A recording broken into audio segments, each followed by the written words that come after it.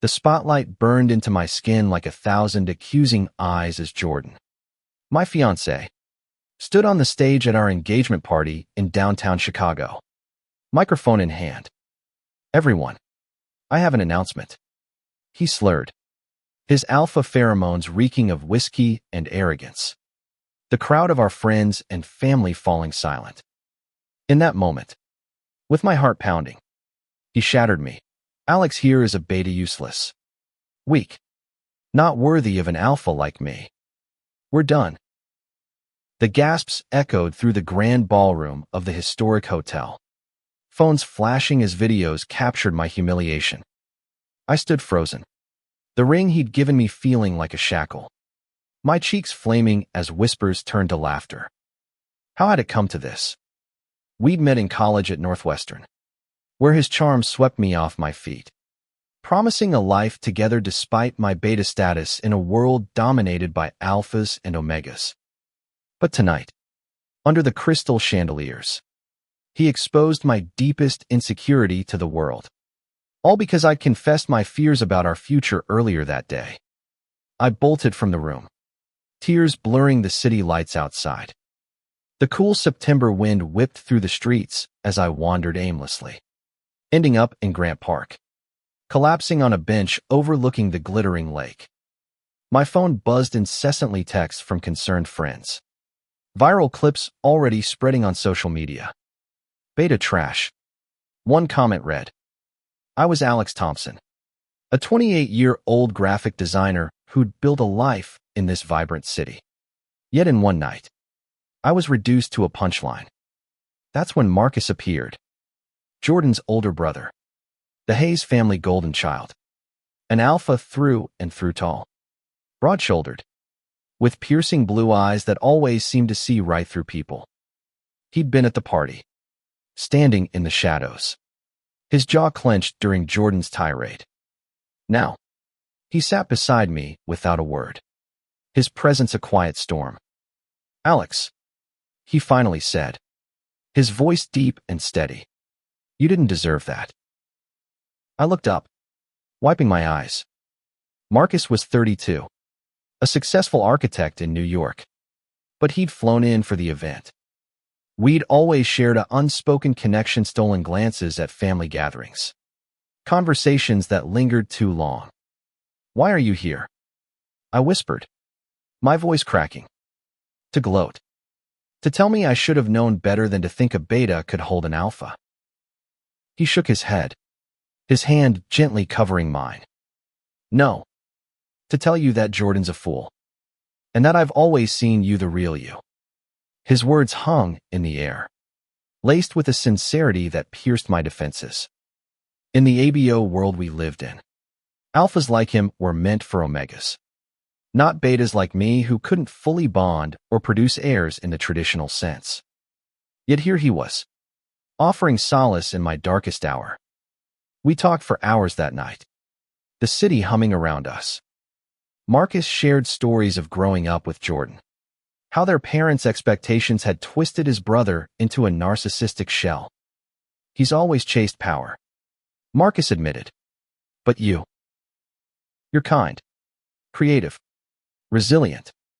That's strength." "Alex." As the moon rose high, something shifted. His scent, warm and inviting, wrapped around me, stirring feelings I'd buried deep. By dawn, we'd walked to his hotel nearby, the weight of the night pressing on us. "Stay?" he murmured at the door, his eyes searching mine. I hesitated, but the betrayal fueled a reckless fire. Inside, as he pulled me close, our lips met in a kiss that ignited everything: passion, anger, longing. "Let me show you what you deserve," he whispered against my skin. That night, I let go. Marcus's touch was gentle yet commanding, erasing Jordan's cruelty with every caress. We explored each other with a hunger born of forbidden desire, his alpha instincts awakening something primal in me. As we lay entwined, he nuzzled my neck, his breath hot. "If you want this," he said softly, "I can mark you, make you mine." The Mark and Alpha's bite that bonded souls. Rare for betas, but possible in moments of true connection. It was taboo. Impulsive. But in that vulnerability, it felt right. Yes. I breathed. And as his teeth sank in, a wave of ecstasy and belonging washed over me. The world blurred. And for the first time, I felt whole. Morning light filtered through the curtains. Marcus's arms around me a shield against the chaos outside. My phone lit up with missed calls from Jordan. But I ignored them, turning to face the man who'd claimed me. What now? I asked, tracing the fresh mark on my neck. He smiled, pulling me closer. We face it together. But first, let's get out of here. We slipped away to his car, driving north along Lake Michigan, the city fading in the rearview. The Mark pulsed with warmth, a constant reminder of our bond. As we talked, I learned more about Marcus's dreams of sustainable architecture, his quiet advocacy for beta rights in a society that often overlooked us. Word spread fast. By midday, social media exploded with rumors. Beta steals alpha brother after public dump. Jordan's furious texts flooded in, "You traitor. Marcus, how could you?" But we ignored the storm, stopping at a quaint diner in Milwaukee for breakfast. Over coffee, Marcus opened up about his own struggles, pressure to conform, hiding his attraction to those outside the norm. I never fit the mold, he confessed, his hand in mine. Jordan was the flashy one, but I fell for you the moment we met. His words mended cracks in my heart, turning humiliation into empowerment. We laughed about old times, cried over the pain, and in those miles, our connection deepened. As evening fell, we checked into a lakeside cabin in Door County, Wisconsin, a hidden gem with cherry orchards and starry skies. There, away from prying eyes, we explored our new reality. The Mark enhanced everything. I could feel his emotions echoing mine, a telepathic thread binding us. "This is real," he murmured during a walk on the beach, waves lapping at our feet. "Not some rebound. I've wanted this for years." But doubt crept in. Was I using him for revenge? Or was this love? That night, as we made love under the stars, I confronted it. "Marcus, is this pity?" I asked, vulnerability raw. He cupped my face. "No, Alex. It's admiration. Love. You taught me to defy expectations." His assurance melted my fears. And in that intimacy, we forged something unbreakable. The next day brought confrontation. Jordan tracked us down, showing up at the cabin with fury in his eyes. "You stole my fiancé," he roared, pheromones flaring aggressively. Marcus stepped forward, protective. "You threw him away, brother. Publicly. He's mine now, marked and chosen."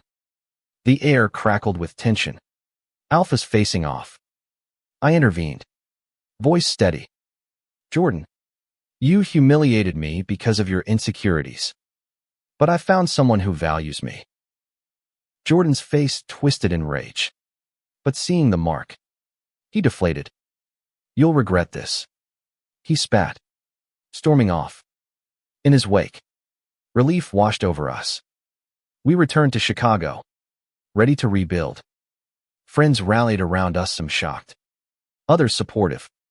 My best friend, Lena, a fierce Omega activist, hugged me tight. "You deserve this happiness, Alex." Marcus and I navigated the fallout, his firm offering remote work so we could stay together. As weeks turned to months, our bond grew. We attended pride events in Boys Town, advocating for inclusive ABO relationships. "Betas aren't lesser," Marcus declared at a rally, his arm around me. "Love transcends labels." One evening, on the rooftop of my apartment building overlooking the skyline, Marcus knelt. "Alex Thompson, Will you marry me? For real this time? Tears flowed as I said yes. The Mark thrumming with joy. Our wedding was intimate, surrounded by those who truly cared, no spotlights. Just love. In the end, what started as humiliation became a testament to resilience. I learned that true strength lies in vulnerability, and love blooms in the unlikeliest places. Marcus and I built a life of equality, challenging norms, inspiring others. And in his arms, I found not just a partner, but a soulmate who saw my worth beyond any label. The aftermath of Jordan's departure from the cabin lingered like a shadow, but Marcus and I refused to let it dim our light. Driving back to Chicago, the highway stretched before us like a path to redemption, the radio playing soft indie tunes that mirrored our introspective mood. We need to talk to the family, Marcus said, his hand on my thigh, grounding me. The Hayes family estate in the suburbs was a sprawling mansion, a symbol of old money alpha privilege. Mrs. Hayes, Eleanor, greeted us at the door with a mix of concern and disapproval. What have you done? She asked, eyeing the mark on my neck. Mr. Hayes, a stern alpha patriarch, paced the living room. We sat them down, explaining everything: the humiliation, the mark, our love. Jordan's actions were unforgivable. Marcus stated firmly, Alex is my mate now. Eleanor sighed, tears welling. We raised you both better. Jordan's always been impulsive. But this. She turned to me. Alex, you're family now. We'll support you. It wasn't easy. Jordan had spun tales of betrayal, but truth prevailed. Over dinner, tensions eased. Stories shared. I saw glimpses of Marcus's childhood, the pressure to be perfect, the sibling rivalry. I'm proud of you, son. Mr. Hayes finally said, clapping Marcus on the back. Back in the city, I threw myself into work, designing campaigns for LGBTQ+ nonprofits. The viral video of my humiliation turned into a platform. I shared my story online, receiving messages from betas worldwide. You gave me hope. Marcus supported me, attending therapy sessions together to heal from the trauma. Our relationship blossomed in everyday moments, cooking Italian in my cozy Wrigleyville apartment, strolling through Lincoln Park Zoo, debating architecture over wine. His touch, amplified by the mark, sent shivers of connection. I feel your heartbeat, he'd whisper, pulling me close. But challenges arose. At a networking event for architects, an old flame of Marcus's, an Omega named Sophia, approached, still playing hero. She sneered, glancing at me dismissively. Jealousy flared, but Marcus shut her down. Alex is my everything. That night, doubts resurfaced. Am I enough? I asked in bed, tracing his chest. You're more than enough, he replied, kissing the mark. This bond, it's deeper than biology. His words reignited our passion, bodies entwining in a dance of affirmation. As fall turned to winter, snow blanketing the city, we planned our future. Marcus proposed moving in together, combining our lives. Let's buy a place in Andersonville, he suggested, the gay-friendly neighborhood buzzing with energy. We house hunted, laughing at quirky listings, envisioning a home filled with art and love. One evening, during a holiday party, Jordan showed up uninvited. I want to apologize, he said, looking haggard. The room tensed. You hurt me deeply, I replied, Marcus by my side. But I forgive you for my sake. Jordan nodded, tears in his eyes. I was wrong. About everything. It was a step toward healing, though trust would take time. Our bond inspired change. Marcus started a foundation for mixed ABO couples, hosting workshops. I designed their branding, Proud of our impact. We're proving love wins, he said at our first event. Intimacy evolved. The mark allowed shared dreams, literally waking from visions of our future. One night, we dreamed of a family, adopting kids disregarded for their status. We can make that real, Marcus murmured. Christmas brought magic. Under the tree in our new home, he gifted me a custom necklace with our initials entwined. Forever, he said. As New Year's approached, fireworks over Navy Pier symbolized our rebirth. Kissing at midnight, I reflected on the journey from broken to bonded. Yet, not all was smooth. A tabloid article dredged up the scandal, calling our union scandalous. Online trolls attacked, but we stood strong. They're afraid of change, Marcus encouraged. In therapy, we unpacked layers me abandonment issues, his fear of failure. Vulnerability strengthened us, turning scars into stories. Spring arrived, cherry blossoms blooming. We volunteered at a pride center, mentoring young betas. One teen, Riley, shared his struggles. Seeing you too gives me courage, he said. Our wedding planning intensified simple, meaningful, at a lakeside venue. Invites went out, including to Jordan, who accepted tentatively. The rehearsal dinner was emotional. Toasts flowed, Eleanor praising our resilience. You've taught us all about love. On the eve, Marcus and I shared a quiet moment. No regrets, I asked. None, he replied, sealing it with a kiss. The wedding day dawned bright. Walking down the aisle, friends cheering. I locked eyes with Marcus. Vows exchanged, in you. I found my alpha and omega me equal. Rings slipped on, the mark pulsing in harmony. As husband and husband, we danced under stars, the city alive with possibility. Our honeymoon in Hawaii was blissful beaches, hikes, endless love. Back home, we adopted a rescue dog, symbolizing new beginnings. Life settled into rhythm, careers thriving, community growing.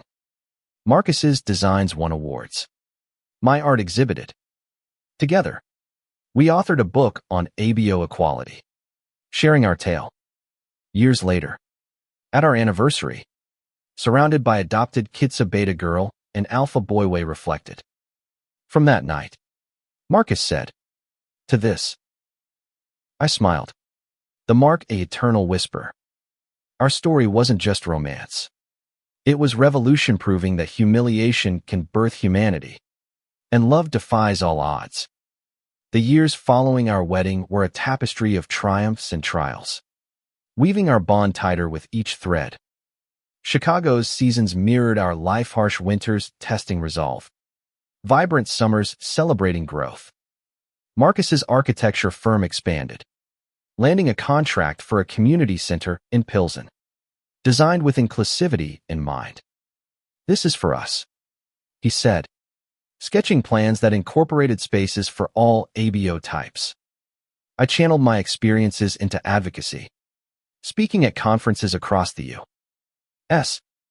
From New York to San Francisco, I shared how one public shaming sparked a movement. Betas aren't betas, I'd say. We're equals. Messages poured in, a young man in Texas coming out, a couple in Florida fighting discrimination. It was humbling, healing, but shadows lingered. Jordan, after therapy, rebuilt his life, starting a business in Seattle. Occasional calls mended bridges. He even visited once. Awkward but genuine. I'm happy for you, he admitted over coffee. Forgiveness wasn't erasure, but it freed us. Our family grew, adopting Mia, a spirited beta orphan from foster care, brought joy in chaos. At 5, she toddled into our lives, her laughter echoing through our home.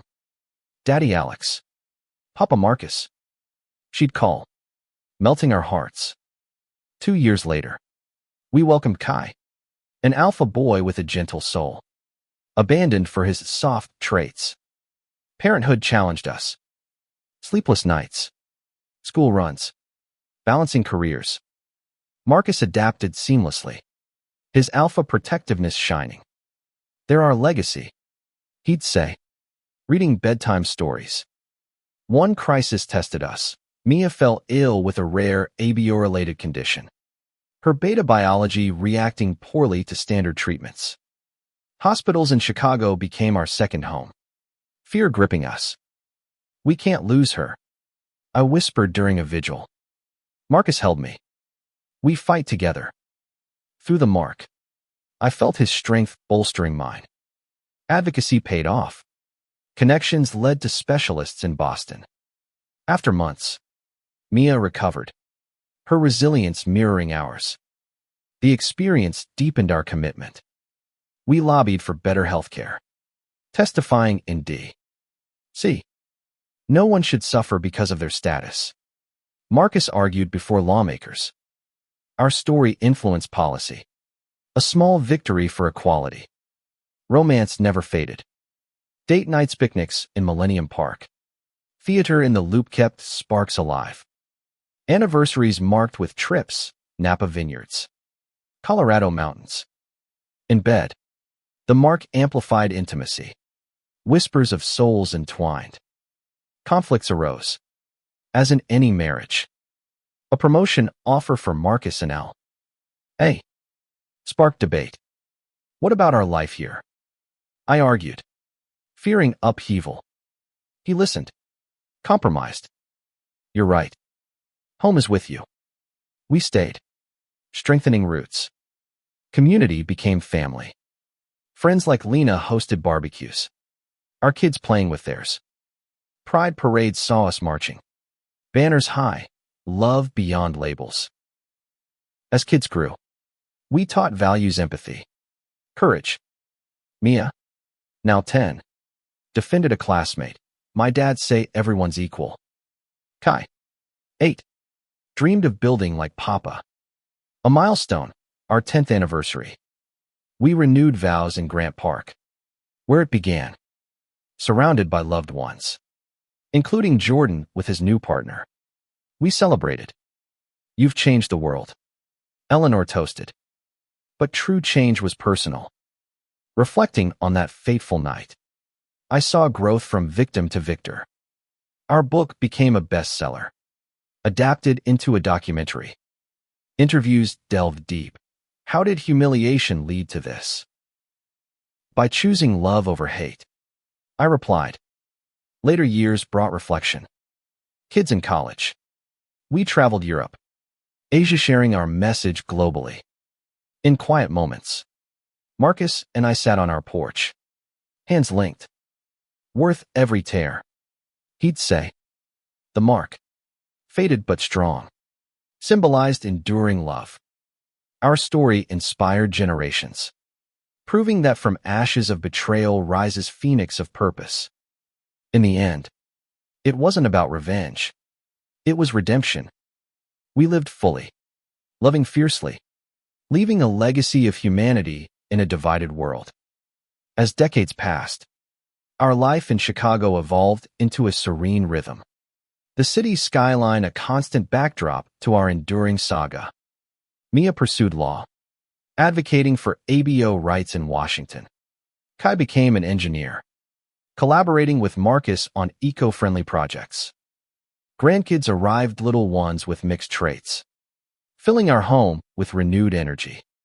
We retired gracefully, Marcus mentoring young architects, me teaching art workshops for underprivileged youth. Our foundation thrived, funding scholarships and support groups. This is our mark on the world, Marcus often said. Pun intended. Health scares came with a Gia heart murmur for me.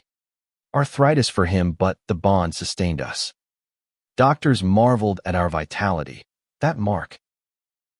It's like a lifeline. Evenings were spent reminiscing. Remember that night? I'd ask, curled on the couch. How could I forget? Best decision ever. He'd reply, kissing my forehead. Jordan, now a grandfather himself, reconciled fully. Family reunions in the estate were harmonious. Past grievances faded. Our story endured in Culturia movie adaptation. Books. Podcasts. We consulted. Ensuring authenticity, show the pain, but highlight the hope. In our golden years, we moved to a quiet suburb. Garden blooming like our love. Neighbors knew us as the couple who defied odds. One twilight, as sun set over Lake Michigan, Marcus turned serious. Alex, you've given me everything. And you? Me? I whispered, the mark warming. He passed peacefully at 85. In my arms, our bond echoing eternity. Grief was profound, but memories sustained. I lived on, sharing our tale until my end at 82. In that final moment, I felt him waiting. Our legacy. A world more accepting, where labels don't define love. From humiliation to harmony, our story taught that true connection heals all.